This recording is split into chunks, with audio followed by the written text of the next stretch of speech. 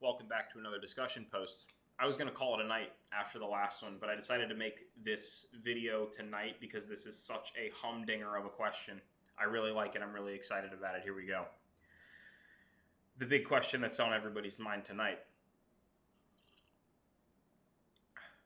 Is bias always negative? I thought of my answer right away. This really resonates with me, and my answer is absolutely not. Bias, I believe bias can be extremely positive in a number of ways. Let's talk about it real quick.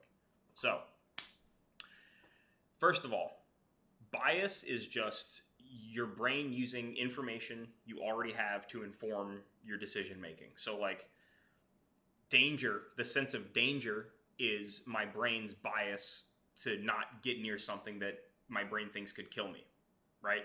That's a bias, a good one. In terms of research or scientific progress, I think about bias like this.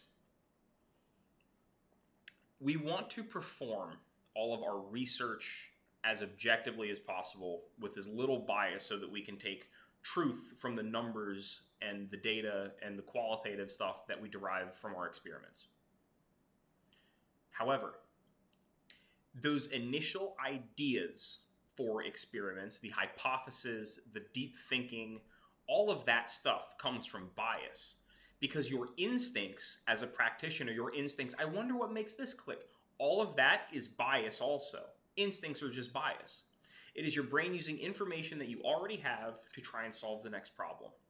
So when you have, like, let's say like a really gifted researcher, let's take Cal Dietz, for example, University of Minnesota, women's Olympic hockey coach for several cycles, author of Triphasic, the whole triphasic system. He just came out with the second book, Triphasic 2. If you've read the first one, the second is a lovely follow-up to it.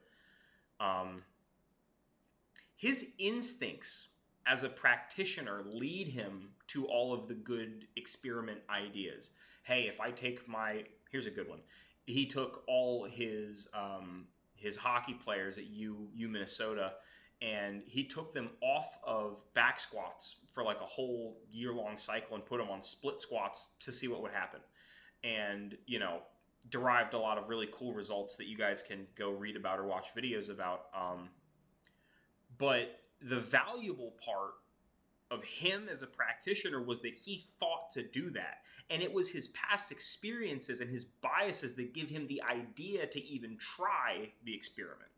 So I think in terms of research, scientific progress, we need our biases and our internal instincts and the way that we kind of self-inform about things so that we can move in a direction that is conducive to then being objective. That was really confusing as I said it, so I really hope it makes sense to you guys. If it does, fantastic. I hope to hear your videos as well. Bias is definitely not always negative. Bias probably keeps us alive for the most part. Instincts are bias. Have a good night.